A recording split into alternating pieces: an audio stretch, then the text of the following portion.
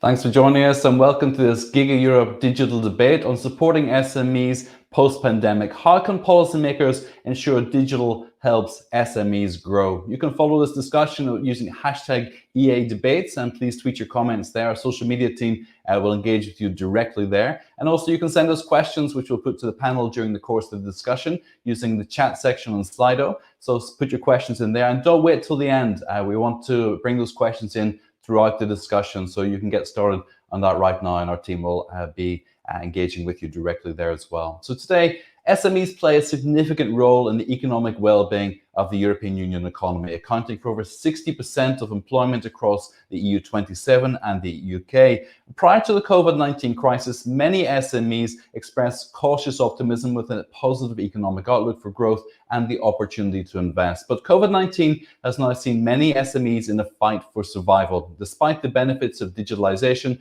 the Digital Economy and Society Index 2020 found SMEs lag behind larger businesses in adoption of nearly all technologies, despite being connected to the internet at the same rate. The digital divide confronts policymakers with the task of supporting SMEs in the economic recovery, but challenges related to availability, capacity, and capability impede SMEs and their digitalization, ultimately their ability for business opportunities. Today, we'll discuss how policymakers can support SMEs to maintain their economic resilience post-pandemic. Today, we're joined by an excellent panel of experts in this topic. Utti Slotboom, she's the Director of Strategy and Economic Analysis at DG Grow of the European Commission. Josiane Cotillard, Member of the European Parliament and Member of the ITRE Committee and Shadow Rapporteur on a new strategy for European SMEs. Sebastiano Toffeletti, as Secretary General of the European Digital SME Alliance, and Sjoerd Hopmeijer, CEO and founder of the Young Digitals, and Muriel Loriot, EU Cluster and Enterprise Americas and Asia Pacific Director for Vodafone Business. So welcome to all of you. Thanks so much for joining us today. We appreciate your time. And I'm going to ask each of you just to kick off with about 60 seconds or so of an introduction, just to get your headline message for today. Utti, can we kick off with you? Sure. Thank you, Brian. I wanted to open by saying that, as we all know, digitalization is a big issue. We are just coming out of the pandemic crisis, and clearly for SMEs, digitalization was the dividing factor between those who fared better and who could weather the crisis better, and those which experienced huge challenges. There is among the SME community in the EU a very clear divide between the digital SMEs in the digital sector and the others. And what we see in statistics is indeed that the digital SMEs even increased their sales and employment during the pandemic, while the others saw their sales and employment decline.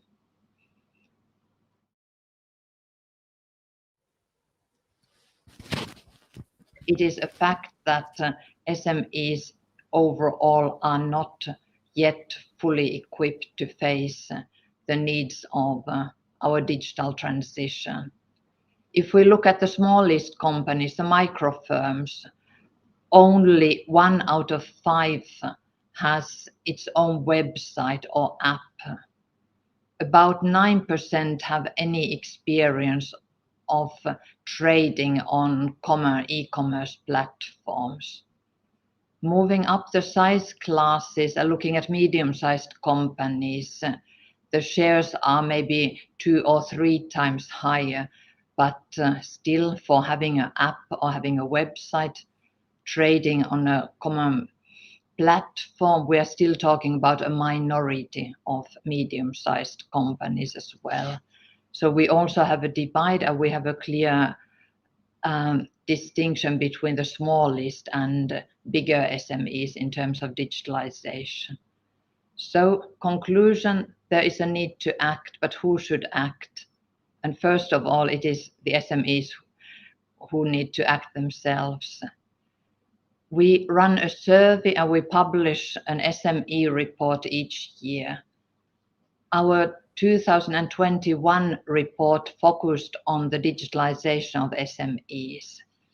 when we asked the group of SMEs which did not use any significant digital tools, why they did not do so, the answer by 60% was that they didn't see digital technologies as something suitable or necessary for their line of business. And that we from the European Commission, DG GROW, believe is often a misunderstanding and a misperception, which has partly changed during the pandemic, but will still need to change. And I should point out that this questionnaire was done in autumn 2020, in the middle of the pandemic. It was not a pre-pandemic survey, but it was done when we were facing lockdowns and restrictions.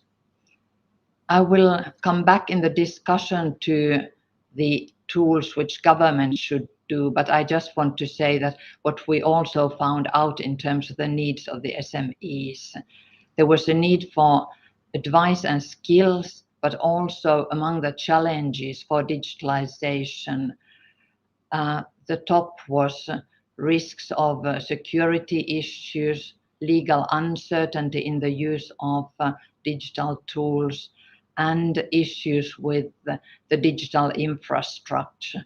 For instance, very slow internet in rural areas. And these are the things from our research that we believe policymakers need to take up. Thank you. Thank you. Thank you so much. That's a really incredible statistic that you give there about the non-suitability of data and as SMEs perceive it. I want to come back to that a bit later on, so thank you for that. Josiane, over to you, 60 seconds. I can't hear you. Okay now? Yes. There we go. Yeah, I can hear you. I was Perfect. Thank thanking you. you for the invite and this timely debate. And indeed, from the statistics just quoted, the COVID has been really an eye-opener on multiple levels, even for our SMEs, but also for policymakers. Firstly, of the digital divide, which exists, and also when it comes to the knowledge gap.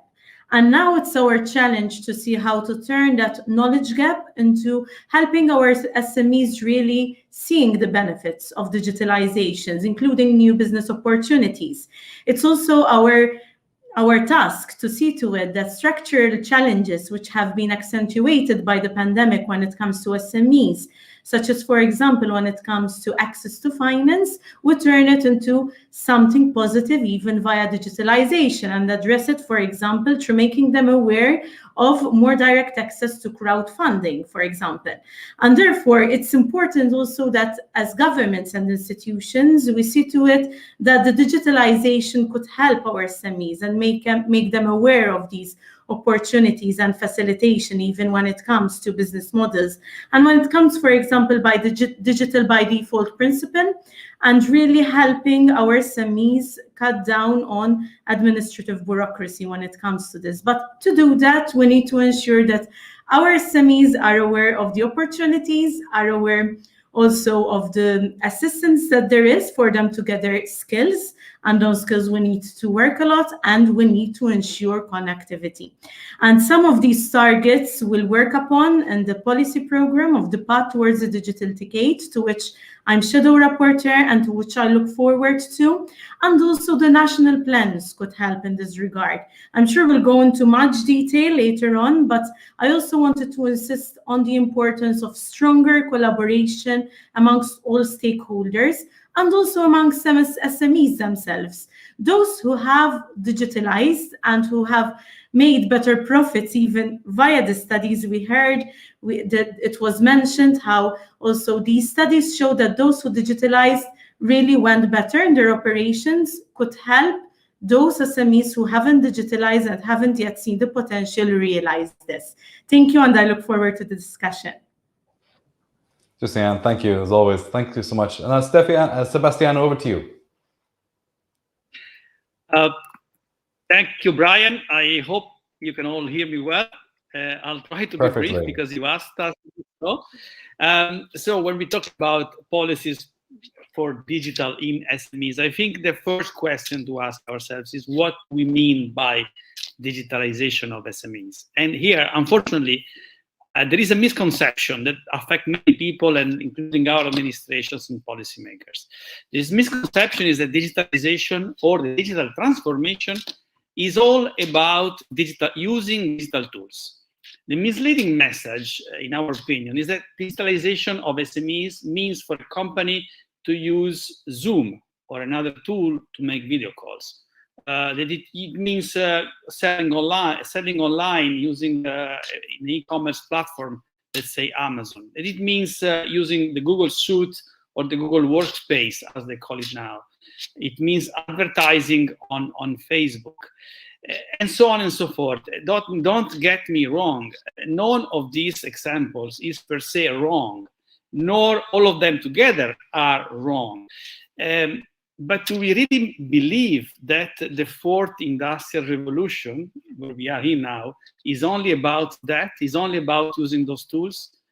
Those who understand technology know what digitalization means. And let me quote here the definition provided by Gartner.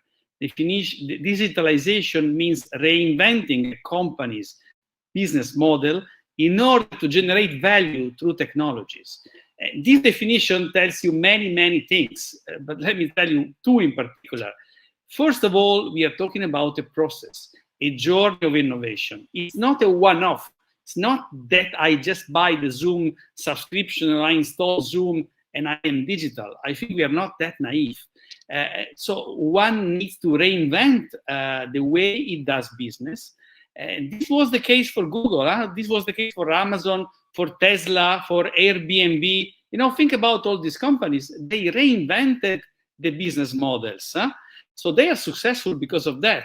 And the second thing the definition tells us is about, it doesn't talk about tools. It talks about technologies. So it says we have to be at the forefront of the technology development. So many SMEs are, as it was said, and even those who are not natively digital, they can be at the forefront of technology because many technologies nowadays are open. They are not closed boxes. So SMEs can work constructively with other SMEs, with their technology providers, at the local level. And together, SME to SME, they can join efforts and join skills in order to go through the innovation journey, in order to invent new technologies, and in order to finally even reinvent the business models. So to conclude, this misconception is evident in the wording and definitions that come, for instance, even from organizations like the OECD, under the influence of American big tech, or from the definitions that come from the EU-US Tech and Trade Council, again from the influence, under the influence of the same companies. And you understand there is a political design behind it. We don't have to be naive. So we have to understand that this is not just a problem of wording by our political elite, because it will immediately or soon translate into wrong choices in terms of regulation and policies. And not understanding this fundamental problem means that we are deemed to fail and be conquered by those same companies who started this revolution and are benefiting from this revolution. You know, this is not us, this is not Europe. So happy to continue this in the debate. But thank you for your attention. That'd be great, thank you. Sebastiano, thank you so much. We'll return to those points as we talk a little more later. Short, over to you. Thank you very much. First of all, thank you very much for this opportunity to share my ideas. I am founder and CEO of social enterprise Young Digitals. And we support Europe's digital transformation by unlocking the potential of young people with a distance to the labor market. We train future digital skilled employees who can support the digital transition of SMEs. So the question at hand is, how can policymakers ensure digital helps SME growth? My answer is this: improve access to talent. We as Young Digitals did much research analyzing the major roadblocks for SMEs to benefit from digital innovations. There are three major challenges for SMEs: time and focus, investment budget, and knowledge. In my view, the highest priority for SMEs is to gain access to digital skilled employees. Only then they can gain competitive edge, develop new value propositions, enter new markets, and as a result, grow as a company. We must enlarge the number of digital skilled personnel. It's our conviction at Young Digitals that this can be achieved by creating a more inclusive economy and unlock the potential of all people. I feel this ambition can be realized when policymakers and entrepreneurs combine their efforts. Unfortunately, there are large groups of young people in Europe who are at a distance to the labor market because they dropped out of the current education system and did not obtain a diploma. And without a diploma, it's very difficult to start a successful career. At the same time, these young people are digital natives. They spend much time online. They enjoy it and are good at it. We feel that we must unlock the potential of a large group of these younger people without a diploma. And these young digitals can play an important role in the digital transformation of SMEs. To conclude, by investing in young people with a distance to the labor market, we can create a win-win situation. More young people with the right set of digital skills can support the digital transition of SMEs. And at the same time, we create a more inclusive economy where everyone can put their talent into use. Thank you very much.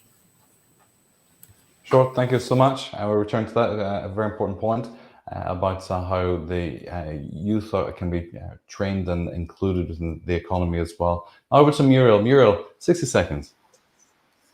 Hello, everyone. Thank you for the invitation today. I'm actually really glad to participate to this roundtable and to be able to talk about SMEs and why and how we need to support them in their digitalization journey. So a few messages from my side, at least to start this roundtable.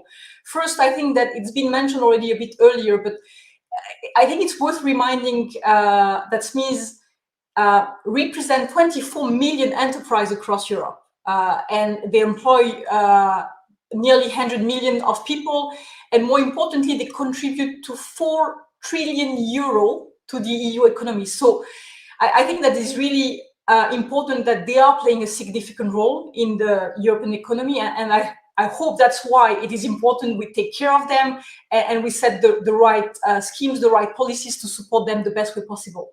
However, and then it's been mentioned as well, I mean, over the last 2 years, and we've all seen that, more than half of them have been negatively impacted by the pandemic crisis, with severe losses in revenue, and even 1/3 of them are still being at risk today for their future if they don't get further support from their government. And actually, back in May 2020, we've made a study at Vodafone where we have realized that most of the SMEs that have been mostly impacted by the pandemic have been the ones that were lagging behind in terms of digitalization. And the ones that were future ready, which means, you know, they were further along their digital journey, they had already made some step forward, were not only better prepared at managing or coping with the crisis, but they've been as well, able to grow faster and grab more business opportunities for themselves. So again, I think we need to recognize that it has been already a great step forward, already made with the EU asking for 20% allocation of EU recovery funds to digitalization. But definitely now it's really more around how we move forward and how we ensure we make the best use of those funds, really put in place the plans and the schemes that will be for great value for SMEs, and really getting to practical details. So I really think that we need to have a collaborative approach between governments, technology providers, and SMEs all together to put the right policies, the right scheme to support them the best way possible. And then I guess we'll get into that conversation on the roundtable. What are going to be the success factors on those schemes to make sure they will actually be enabling the SMEs to accelerate their digital transition? So, yeah, happy to enter the debate all together. Thank you, Muriel. I just want to pick up on that, bring it back to Uti as well. You know, in terms of EU and national policies, if SMEs, they're losing revenue on one side, how can we expect them to invest in upskilling, reskilling, the infrastructure changes, the innovation time, the R&D that's needed in terms of developing and moving forward with their businesses in a new direction, as we've heard from different speakers just now. But how are EU and national policies able to support SMEs in this regard, whether financially or practically, to first of all stabilize the business, but also to change and advance their business for the new economy? Thank you.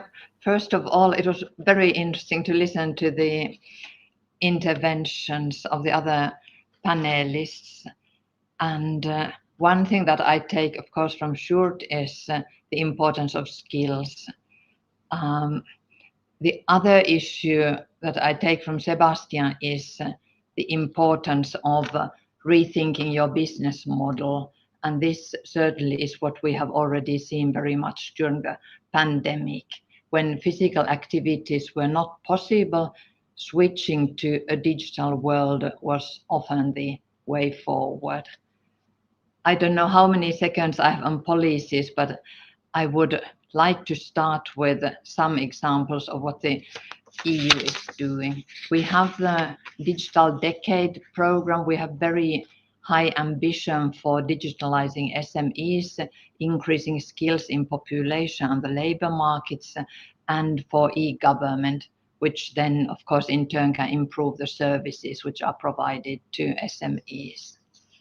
We have the digital innovation hubs which are emerging, which are test beds, allowing SMEs to test before they invest, help rethink their business processes, product services using digital technologies. We have a program of digital volunteers whereby bigger companies work together with small businesses and help them make the transition to a more digital functioning.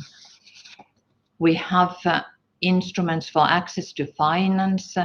The most prominent is the Invest EU program, which has a special window for SMEs.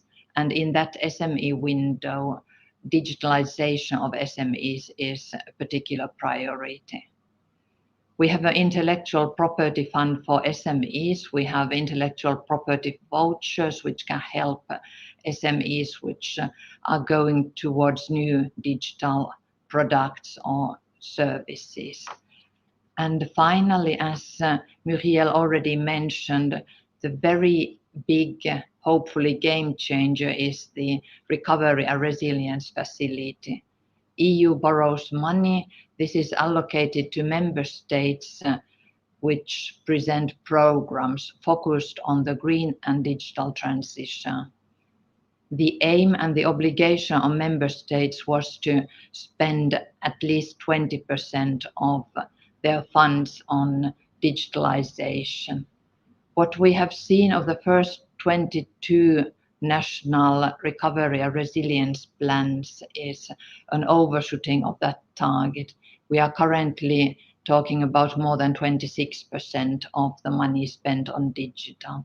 And a very large part of that will go to SMEs. This is both skills, but also infrastructure. Thank you.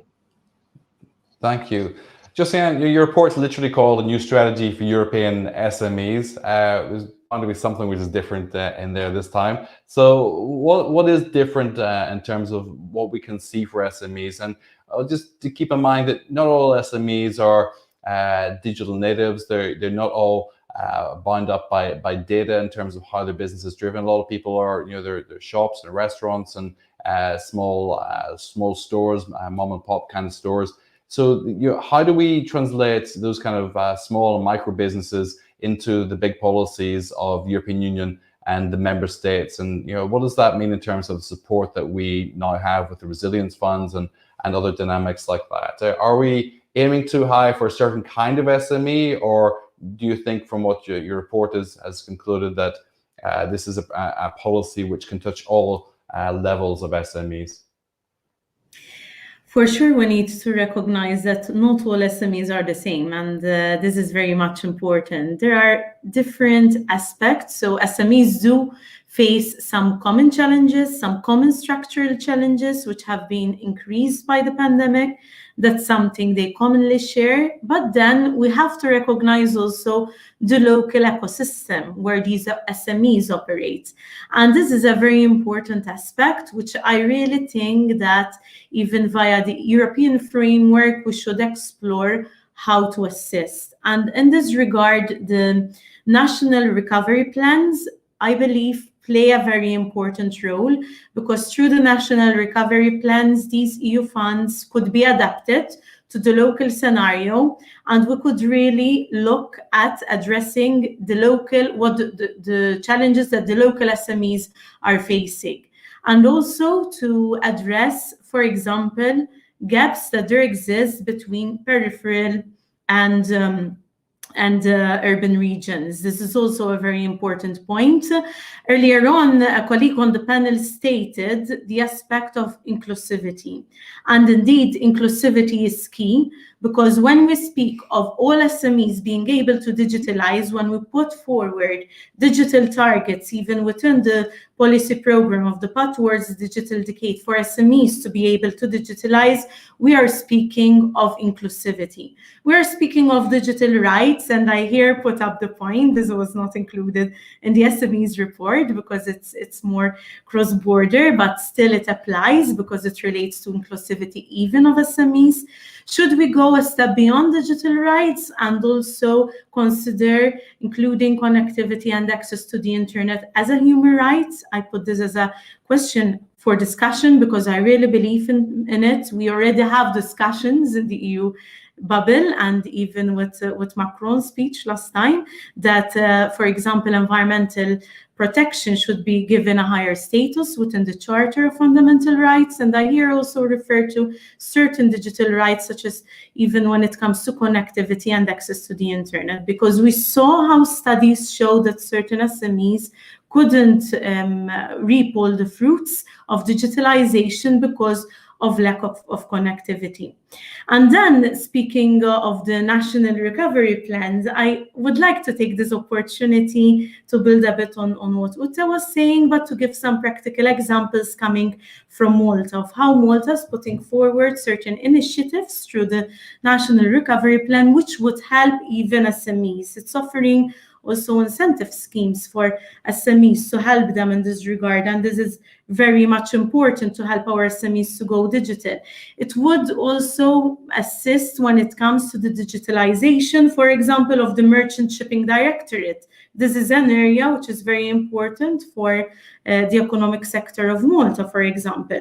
There's also other important aspects which I really believe in. The initiatives through the eSkills Foundation, which the eSkills Malta Foundation brings together different partnerships from across the board and invests in skills. Earlier on, there was this emphasis on skills. Skills is also an important point which was really emphasized upon even on the SME strategy report, which I worked upon some months ago, even more than a year ago, where we work directly on the importance to address the skills gap even among SMEs when it comes to digitalization, amongst other aspects. And indeed, this is a very important point. And another example, practical one, which I wanted to share, coming from also the National Recovery Plan, is one which I really believe in. When we speak of skills, we have to make sure that we also bring in the factor of matching up the needs of the ICT industry, for example, on one side, and the training being offered on the other side, because that's how we gear up the skills needed by the industry and being offered also by educational institutions. This is a very important point I believe in, and I believe that even in the digitalization aspect, and even to help our SMEs take the full benefit of digitalization and its opportunities even for new economic models which they could develop, or areas and segments of the economy which they could diverge their operations towards, we need this important exercise indeed. Then there's also within the EU framework, I'd like to mention also the digital innovation hubs, which really serve as important example of cluster hubs, cluster approach, which brings together everyone, coming from the already digitalized companies, the local companies who still need to digitalize, larger businesses, educational institutions. We really need these collaborations and everyone on board. Okay, let me bring it to Short. Short was speaking earlier about this inclusive approach as well, and how we include particularly the young digitals as he referred to them as well. Short, this idea of a collaborative approach, it sounds good. What does this mean in terms of your experience? How do you bring these different strands together that we've heard at the EU and national levels, that we've heard from Josiane and also Uti? You know, this sense that are we entitled to connectivity? Is this something which is critical to the modern citizen? Never mind the modern economy, because if you don't have it, you don't get ahead. How do you interpret this need to be inclusive in practical terms? What matters most?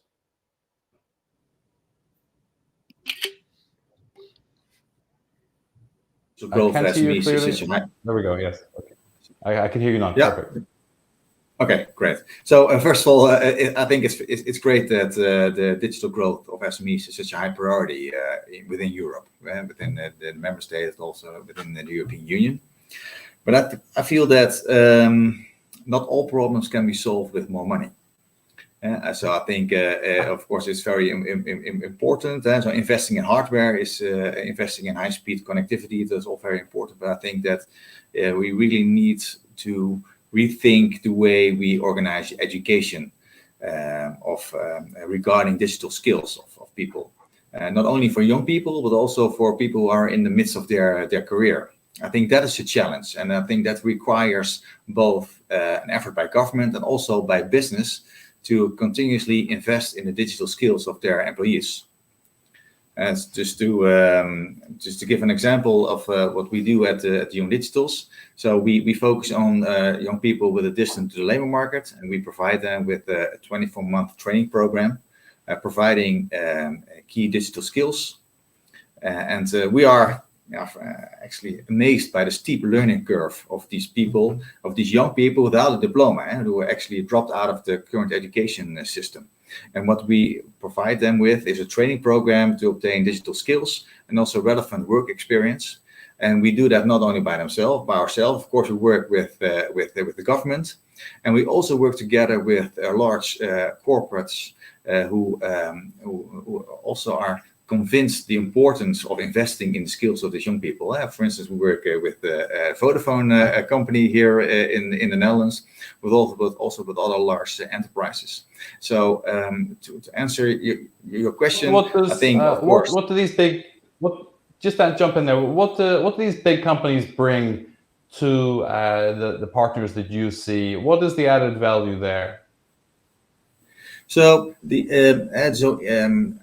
see that large corporates more and more invest in society as a whole. Of course, they value the financial situation of their shareholders, but also more and more play a relevant role within society, and they provide relevant work experience. They give the opportunity of our young digitals to obtain relevant digital marketing skills by working for their marketing departments.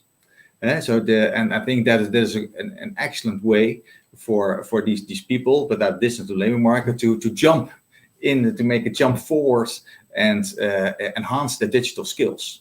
So my point is, yes, financial investment funds are great at the European level and at the national level, but I think it's more important to have create a mind shift of all relevant players, not only with the government, but also for SMEs and together with large corporates. Let me just develop this a little bit. Let me just develop this a little bit as well. So, there's a lot of emphasis on apprenticeships, for example, in the skills development within the European Union, vocational education and training, and the buzzwords are upskilling and reskilling as well. I don't want to dismiss formal structured education and the qualifications that young people get particularly, but I want to ask you about the value of what a young student perhaps gets when they change to doing, like you say, in the marketing department of a large company as well. Do you think that's more valuable? And if so, is that where we should be directing more of our investment in terms of upskilling the European economy and supporting SMEs by giving real life experience? Yeah, but I think we should realize that not everyone is fit to spend 4 years or even more at the university or at a higher education level. Unfortunately, there are many young people who drop out of the current education system due to personal, financial, and social problems. And once they drop out of the current education system, what's for them to do? And for that group, I think we can together think of innovative ways for these young people to obtain digital skills. Okay, thank you. Muriel, you spoke, I want to come back to this point about the revenue loss of SMEs as well, and how that can be supported, and the practical details of a collaborative approach, which you spoke about too. So in terms of a collaborative approach, getting collaboration is relatively straightforward, but producing something which has economic value at the end of that, how do you translate collaboration into economic value and growth for SMEs? Well, I think that for me, I mean, collaborative approach means we need really to have multiple stakeholders working together into tackling the different challenges we are confronted with. And I think really here, it's important that we have three kind of key stakeholders working together. Of course, obviously governments that will need to understand challenges and needs, not only from SMEs, by the way, but also from the industry and the technology companies that are supporting them into the digital journey. It's also about including the technology providers by themselves. It might be Vodafone and the like, but it might be also like other digital partners, because we are offering and providing those solutions to enable the SMEs to accelerate their digital transformation here. And then obviously the SMEs themselves, they need to share their challenges, their priorities, where they need support, where they are struggling, and just mentioning maybe a couple of challenges that are important for us to keep in mind. I mean, it's been already mentioned a bit earlier, but I think it's important we tackle them through a collaborative, again, approach. One, we've talked about digital skills gap or even lack of digital skills that would prevent some of those SMEs even identifying the tools they need, or even them then from deploying what they need to actually deploy effectively. Then they miss and they need liquidity. They have limited access to finance. And again, as it's been mentioned, I mean, they were having struggles on their financials over the last years, and now they need to invest. So we need really to support them, to give them access to finance, to make sure that they can invest and accelerate their transition. And then, I mean, it's been also mentioned a bit earlier, but it's really important for me to emphasize on it. They need to have also access to fast and affordable broadband connectivity. And this is a prerequisite for SME digital transformation. I mean, and there is a digital gap here, not only around SMEs that are, you know, in rural areas, but also in also having affordability for those SMEs to access to the right speed broadband connectivity. So coming to your question, I really think that if we don't get those three kind of stakeholders working together, we will have challenges and we will not tackle the best policies possible. So it's important we get to schemes and packages that will meet the various and different needs of the SMEs. And we need to also understand that this is not one fits all solution. And it's been already mentioned before. It's really important we understand that SMEs are into different level of maturities stage on their digital journey. So what happens is that we've been working today already with some governments, whether it's been the Spanish government, whether with the Italian one, on first co-creating with the different stakeholders at the table, co-creating a digital toolkit for SMEs that will actually provide different digital solutions that could support them, you know, for example, on, you know, digital marketing, e-commerce, cybersecurity, digital business solutions, or again, just getting access to high-speed connectivity with some subsidies. All this makes the right package, but makes also the right flexibility for SMEs to basically get into their digital journey. That will be, for me, a very important collaboration to work on. Thank you. Sebastiano, you talked about reinventing how we do business. I just want to pick up on a Vodafone report, which they call Fit for Business. There's just a summary of what makes a business fit for the future, which I quite liked, and has 6 headlines to this. The first one is positive attitude to change, open to technology, plans for technology, detailed strategies, up to date with emerging trends, and adaptability as well. Sebastiano, if we're going to reinvent how we do business, of that kind of framework, what's most important to you? How do we reinvent, and what's the critical dynamic that's needed for reinventing business in the digital age? Right. Thank you for the question. I'll try to answer and also pick up a little bit of things that I heard from the colleagues on the panel.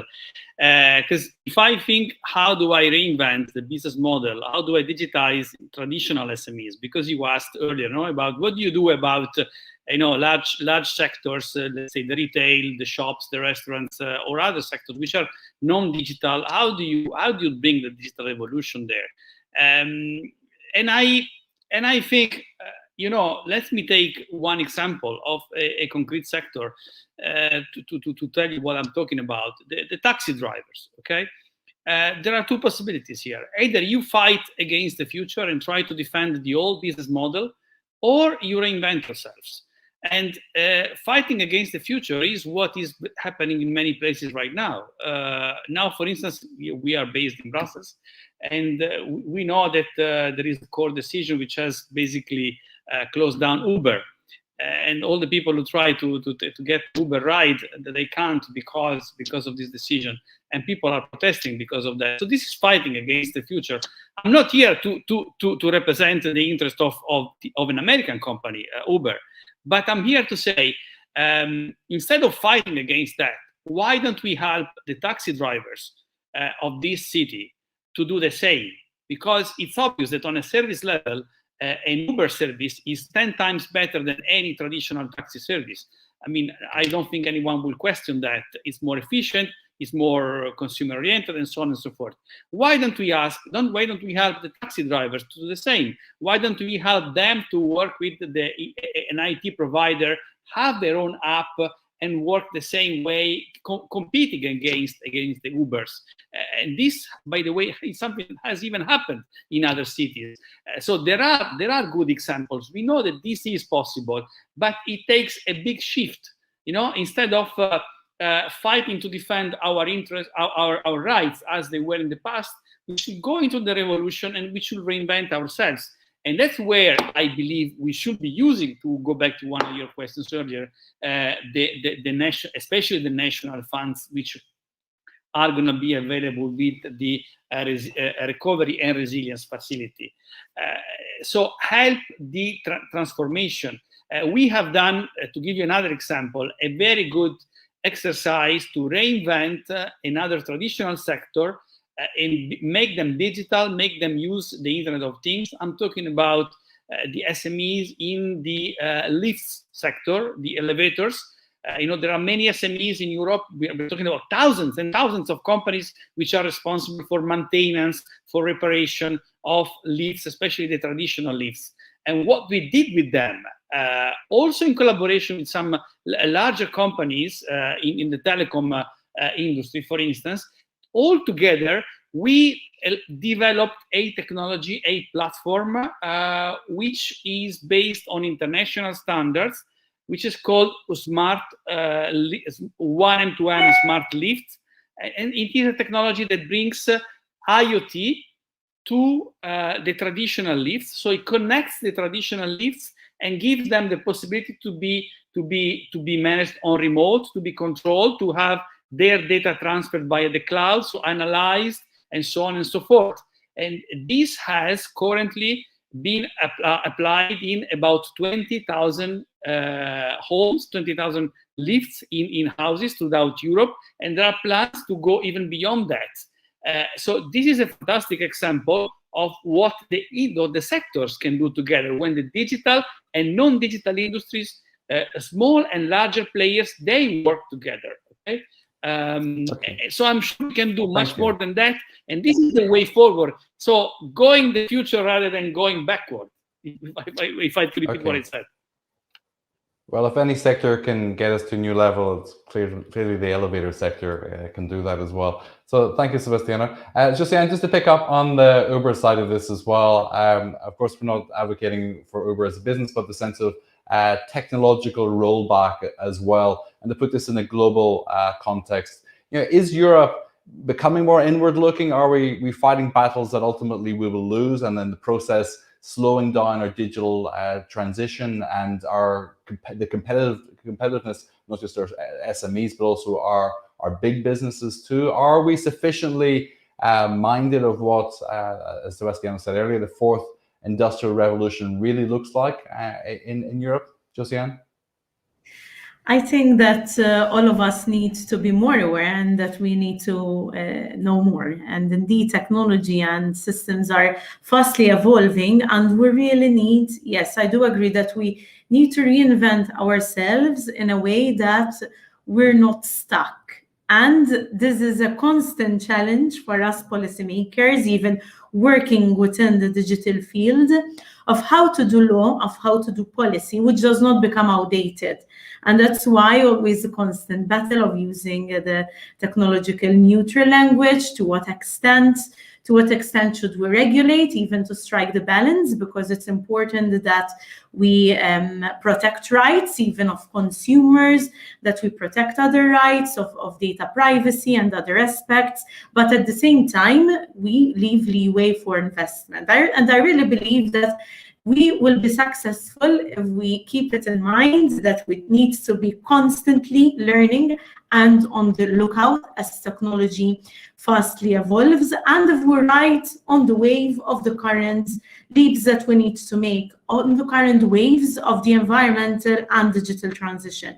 And indeed, digital skills could help our SMEs to become more technologically savvy, but also to become greener. And I wanted to bring in here and link to some points which were even discussed by colleagues on the panel. First of all, I congratulate the young digitals on this inclusive and collaborative approach. Even these training programs they're offering could lead to new entrepreneurs in the digital field, or new entrepreneurs who would go forward with also evolving into SMEs. And in this regard, it's good that we'll have this sharing of good examples. I also read good practice by Vodafone, which was helping also their SME customers, even when it comes to boosting their systems and their technological know-how when it comes to cybersecurity. These are important practices where the big enterprises help their SMEs, where the technologically savvy help the less technologically savvy. And let's remember that when we speak of digitalization, there's a great range.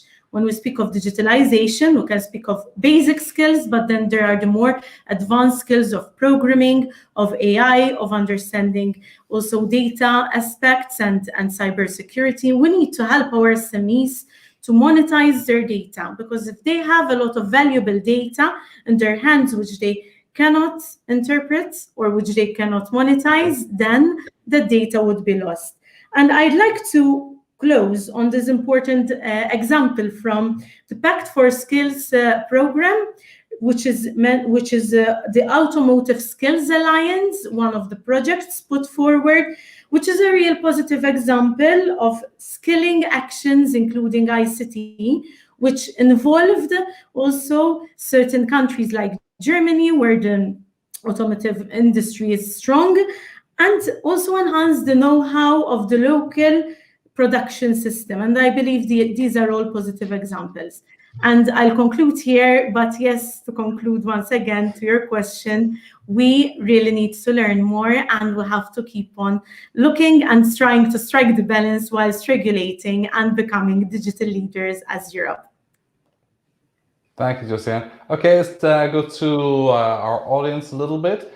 Please send in more questions. We have about 25 minutes left, so send those questions in now. I bring them straight to the panel as you send them. We have a few questions already. Let's go to Andy Black. Andy Black says, how important is access to 5G for SME growth, and how can the rollout be accelerated? Let's put that to Muriel. Muriel, how important is access to 5G for SME growth, and how can the rollout be accelerated? Well, I think it's really critical, as I was mentioning earlier, having access, generally speaking, on high-speed connectivity for me is a key enabler for SME digitalization. So definitely it will be about 5G. It might be also about fiber. I would say I'm less technology, specific. I think we should be actually technology agnostic, but definitely 5G will be key enabler of high-speed connectivity on mobile, as well as fiber or cable will be on the fixed side. Why is it so important? I think it's really important that we realize that there is still this digital divide, where there is still stark contrast between the level of access of small companies to high-speed broadband in comparison to their large counterparts.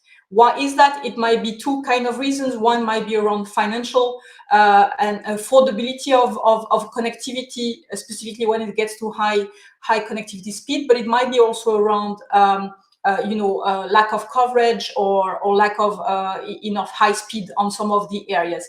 And I think here it is important governments should, through the recovery funds, by the way, address the availability gaps by supporting investment in those areas and supporting the industry as a whole, where either infrastructure is not yet available, whether again we are still on 3G, 4G and we want to move to 5G, or whether we want to improve the coverage through fiber. We need to get support on investment where infrastructure is not yet there. And specifically, again, to support the SMEs that are operating in those areas and into rural areas. And otherwise, to also offer free or subsidized high-speed connectivities for those sectors that are actually in greatest need. So both solutions should have to be addressed or should be thought through with the government, with the SMEs, with the industry, again, on what is the best acceleration. But again, this is the founding block. This is the foundation of any further digital transformation. Then we can go to the step forward, and maybe we can discuss about what are the next steps on digital solutions, digital tools, but fully agree, you need to start by actually high-speed connectivity. Okay, thank you. Let me put this to Ute also. What's the Commission doing to ensure that we're not accelerating the digital divide? Because if some countries and some regions are good at this, maybe they have a stronger starting point as well. They have a stronger connectivity platform now, and they can scale that up faster. But other regions in Europe, other member states are still behind the curve on that, and they will fall further behind if sufficient investment and infrastructure, particularly to do with 5G and high-speed broadband, if they're not accelerated at the same time. How is the European Union trying to level up its regions to achieve this kind of fairness for Europe's SMEs? Ute? Of course, cohesion and convergence are basic goals of the EU, and we have had since decades very strong cohesion and regional policies to help the convergence. We monitor actively the convergence, the progress. There is a distribution of funds which is focused on those most in need to catch up. In the digitalization, of course, the instruments are such that there is ample room for taking into account member states' needs. Some are more advanced, others are building the basic infrastructure. And now the biggest investments which come through the recovery and resilience plans, there it is member states coming forward with their needs, and these are negotiated at the EU level. We have also invested heavily in developing country-specific knowledge here so that we know where the needs are, and we have statistics, we do continuous monitoring. But also what we see is that since the pandemic, there has been a decrease in the differences among countries. The pandemic has pushed countries, SMEs, companies and governments to digitalize faster, in particular in the areas and countries which were lagging behind, which means that we see that now, and the differences between countries are becoming small.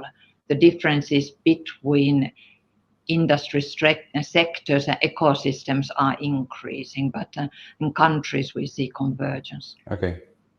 Okay, let me ask, Josiane, from Malta, you come from an island as I do on Ireland also. Does that ring true to you? Do you get the sense that when you look across Europe, that maybe the industrial sectors and different scales of businesses, the divide may be increasing, but in terms of what European member states and regions can expect in terms of cohesion on digital infrastructure, that it looks to be pretty much going the same direction, and that divide, as Uti says, is getting smaller and not larger. Does that ring true? Definitely, we need to work more via the cohesion instruments, which Uta has mentioned, but I really feel that there are areas and remote regions which still need to be connected more. And I link here, so to me, it's not a question of ringing through. Okay, we can say that the divide has decreased, but for me as a policymaker and for me as a socialist, it's very much important that as long as there is a digital divide, irrespective of the extent to which that digital divide is, we have to continue addressing. So if there is even one remote region which is left without connection or without strong connection, if there are SMEs which are struggling and cannot afford to be connected or to be strongly and adequately connected, as some of the panelists said, we still need to use the EU's instruments, including cohesion policy, to address this area. And therefore, yes, I, coming from an island member state and coming from the island of Gozo, which faces double insularity, can understand firsthand issues of lack of connectivity, in the sense that when it comes to transport, to energy, to digitalization, it's very much important to continue addressing these barriers and these differences. It is true that the different regions have different circumstances, and it may be difficult that all the regions acquire the same level at the same time, but we have to continue striving towards the aim. And that aim is also, when it comes to the digital decade, that we have certain targets that we need to reach by 2030 when it comes to connectivity, to 5G connectivity, and also to skills and digital skills when it comes to our SMEs. We have to continue working for sure. Okay.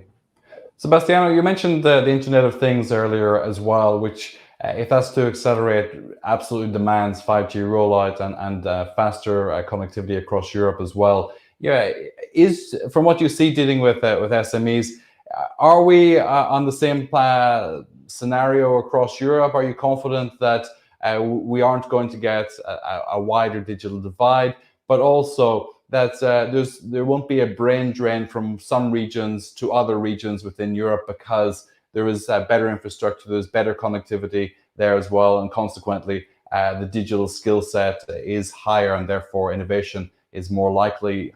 How do you see that in terms of what you said about the fourth industrial revolution and our global competitiveness? Yeah. Well, I think we have to be pragmatic. We also have to be technology neutral here. I agree with what Muriel said about that earlier. Indeed, 5G, I mean, we all agree it is an important driver, it is an important infrastructure, but if you ask me about the Internet of Things, we have a lot of applications which can run very well on the old GSM, for instance. We don't need the 5G for everything. So it is a kind of needed infrastructure, but it is not because we have the 5G, we have solved all the problems, because in many cases we don't even need the 5G, right? What we need is rather certainly a strong investment in skills, and I agree with what was said earlier by the colleagues. Together, of course, with the right infrastructure, and no doubt about that. It could be 5G, it could be Wi-Fi, it could be the fiber, it could be anything that provides the right connectivity. We have to talk about connectivity for our SMEs.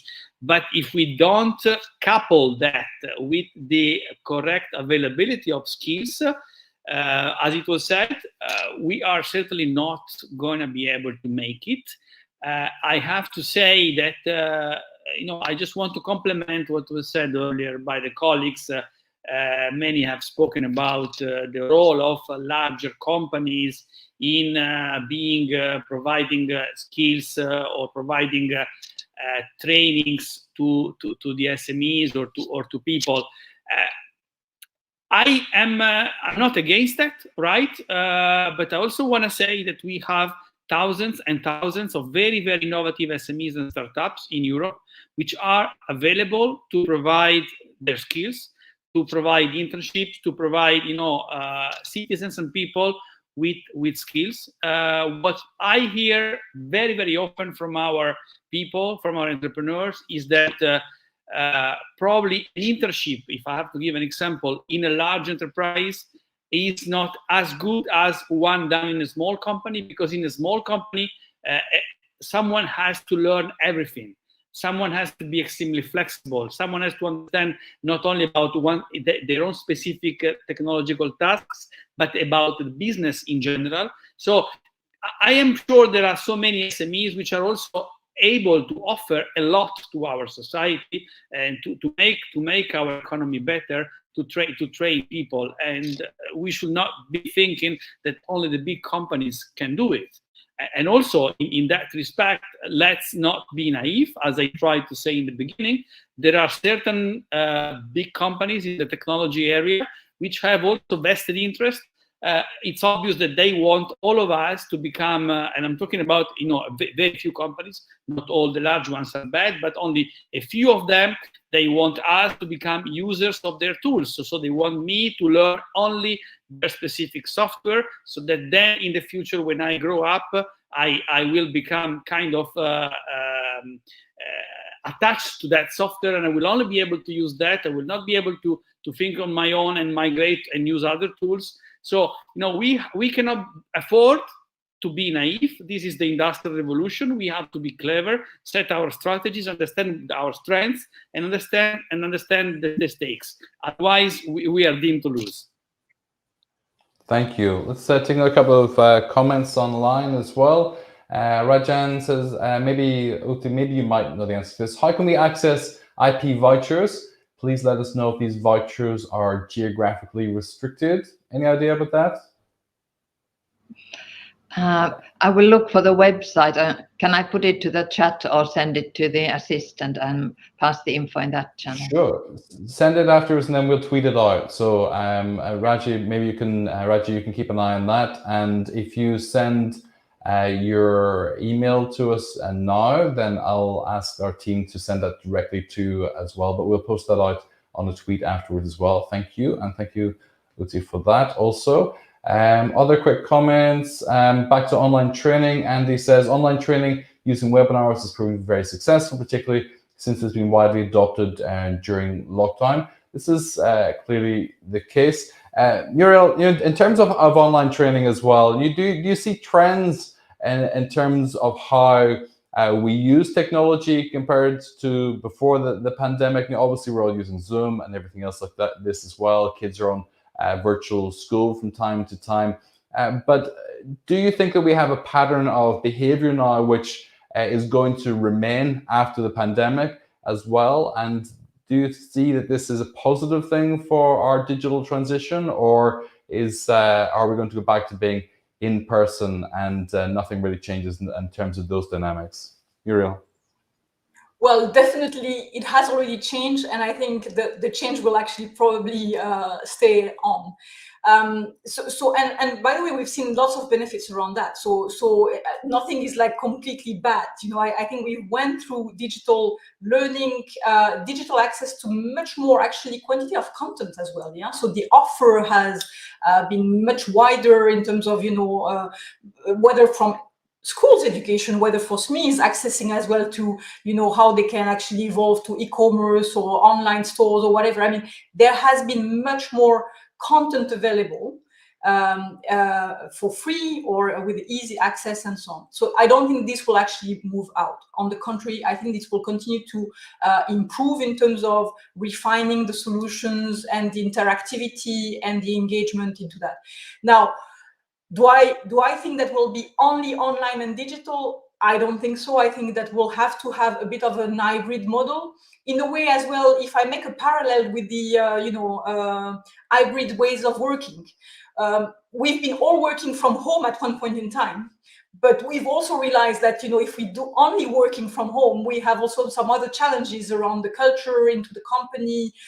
We all miss face-to-face interactions as well, where we don't have the same touch, the same engagement. The same informal chat as well, which are also important. Building the culture, building a team in a SME would be really important. So I think really for me, it's really about the balance, where you will have definitely much more online, working, online training, online education, whatever you want to call them, that will continue to scale up.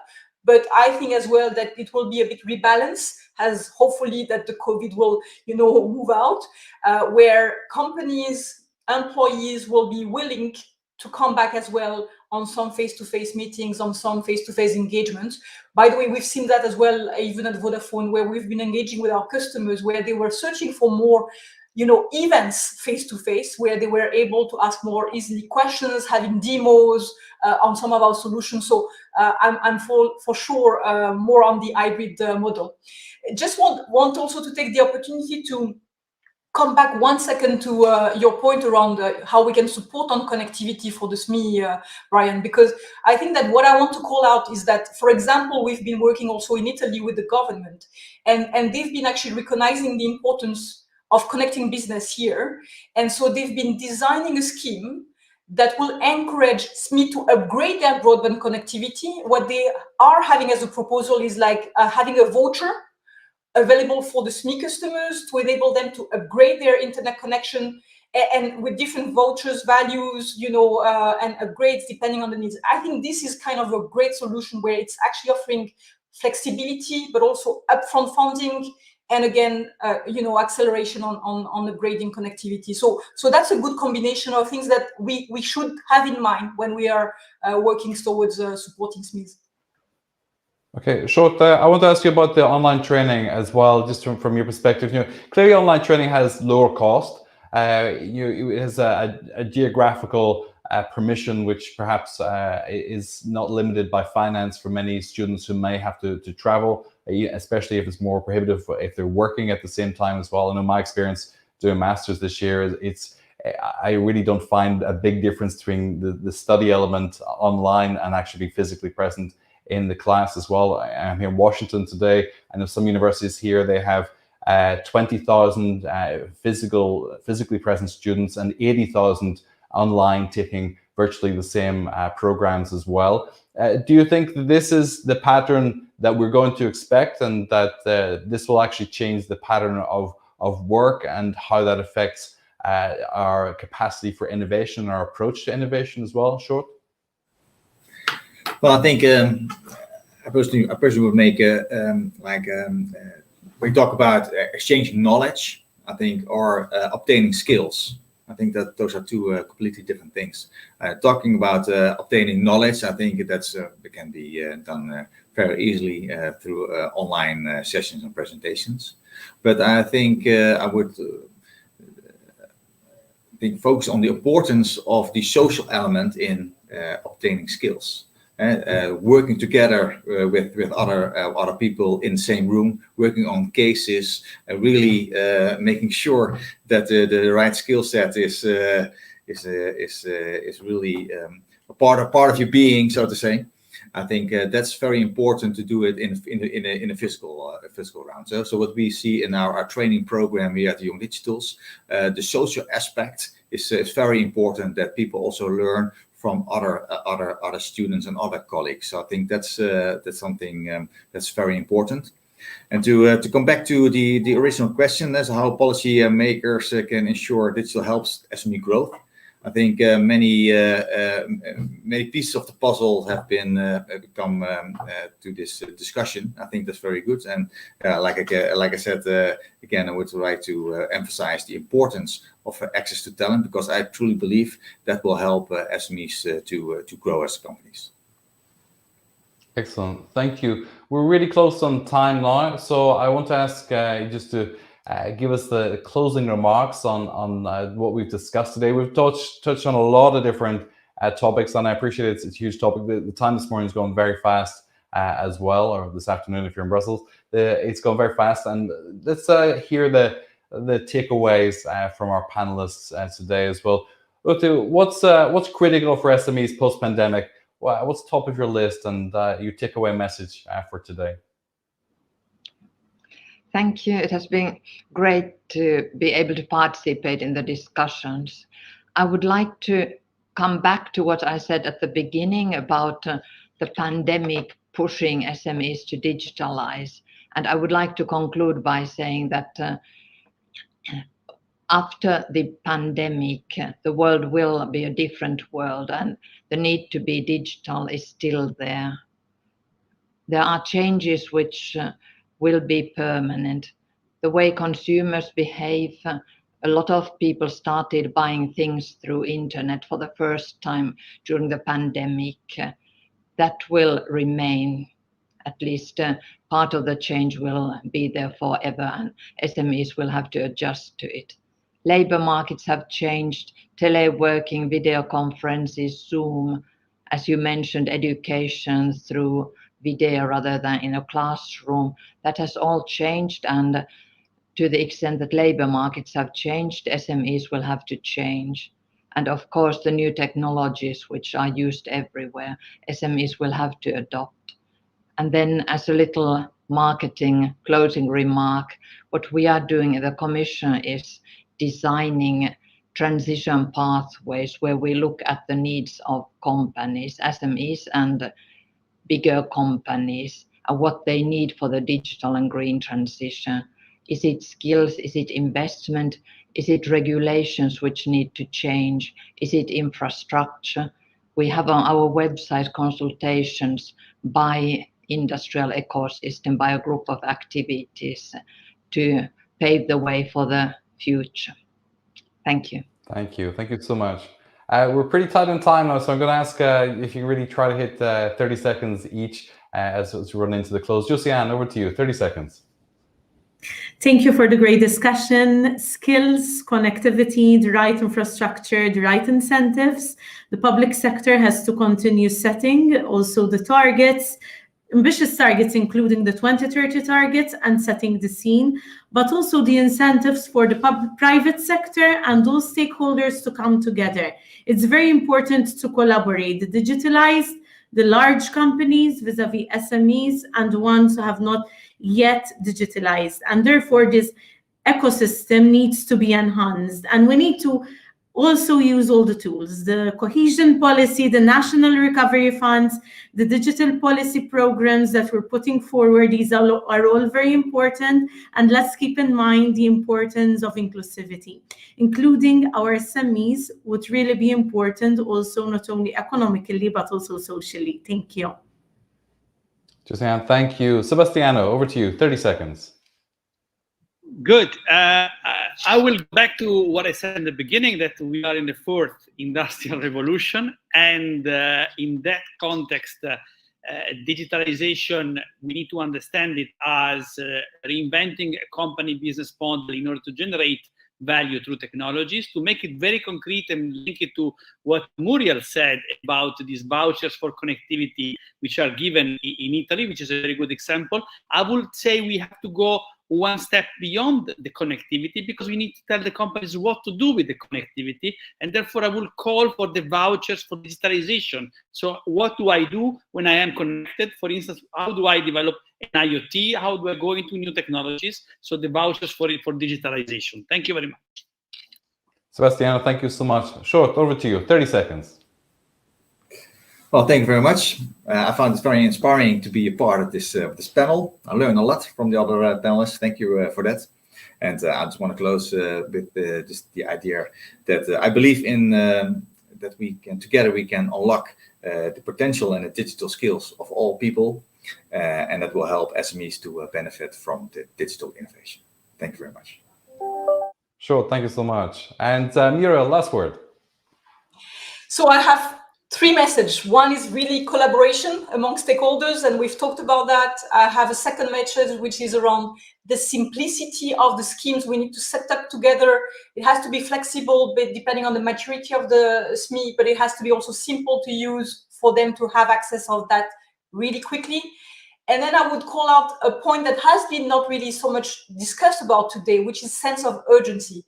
This is now the moment and not tomorrow. And we've already set up the recovery funds from last year.